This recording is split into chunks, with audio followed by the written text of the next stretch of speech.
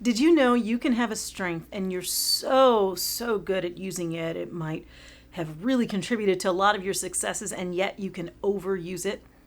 For me, that strength is optimism. I mean, I am very future minded. I can see the vision. I get excited about the vision. I can get everybody else inspired about the vision and move towards that vision and persevere.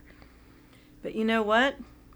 If you overuse your strengths, you can find yourself using those strengths in a way that can sabotage your best efforts. So, for example, for somebody that overuses optimism, they can stick with something too long when it's time to actually change course. Or, like I've done many times over the years, and I wonder if you can relate to this one, TIDS optimism. This is when you are a time optimist.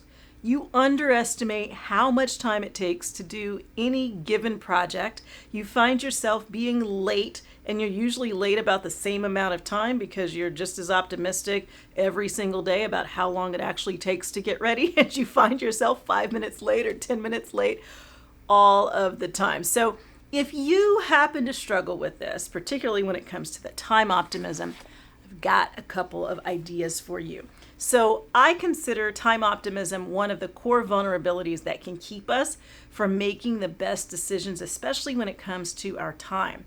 So these are 3 ways that you can overcome it if this is what you struggle with. So number 1, and this comes from It's About Time, the art of choosing the meaningful over the urgent. Number 1, put on your pessimistic hat and look for what might not go as planned. Decide how you'll handle the challenge if it doesn't go as planned. So when you're moving towards something, when you are estimating time on a project or whatever it happens to be, you put on your pessimistic hat. That might be hard for you when you're really great with optimism, but you put on your pessimistic hat and you imagine what could go wrong. And by imagining what could go wrong, you can see how important it is to add a little bit more time to your estimate.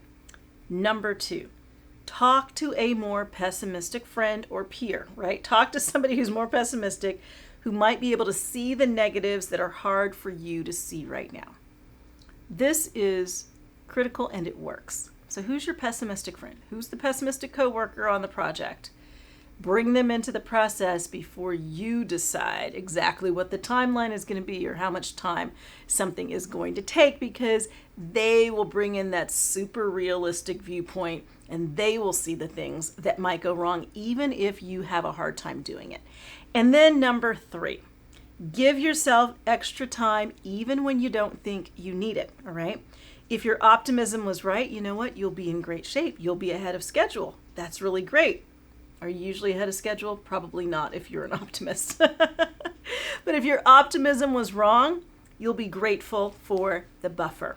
So that's it. If you tend to overuse the strength of optimism like I do, those are some ways you can overcome it so it doesn't end up causing you so much stress. You don't end up beating yourself up because once again, you were late or you find yourself up against a deadline with unnecessary stress. If only you had just been more realistic about your timeline.